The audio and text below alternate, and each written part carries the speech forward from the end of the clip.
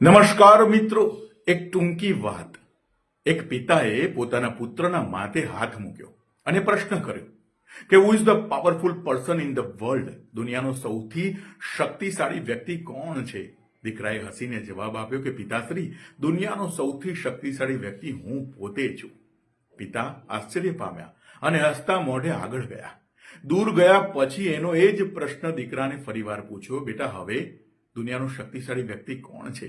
દીકરાએ ફરીવાર હસીને જવાબ આપ્યો, પિતા, હવે હું કોઈ પાવરફુલ વ્યક્તિ નથી. મારી પાસે એવી કોઈ પાવર નથી. પિતાએ હસીને જ પ્રશ્ન કર્યો, બેટા, એવું કેમ? ત્યારે દીકરાએ ફરીવાર જવાબ આપ્યો કે પિતાશ્રી, જે વખતે તમારો હાથ મારા માથા ઉપર હતો ત્યારે હું દુનિયાનો સૌથી શક્તિશાળી વ્યક્તિ હતો, અને હવે તમે હાથ લઈ લીધો છે એટલે મારી પાસે એવી કોઈ પાવર નથી. વાત પૂરી થાય છે. પરિવારમાં પિતાનું હોવું ખૂબ જરૂરી છે. પરિવારમાં વડીલનું હોવું ખૂબ જરૂરી છે.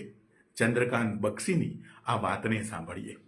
નાની ઉંમરમાં તમારી આંખો ખૂબ સુંદર જોઈ શકતી હોય છે, પરંતુ મોટી ઉંમરમાં તમારી આંખો ખૂબ સુંદર રીતે સમજી શકતી હોય છે. સમજુ માણસ અને વડીલ પરિવારમાં હોવા ખૂબ જરૂરી છે. ધન્યવાદ.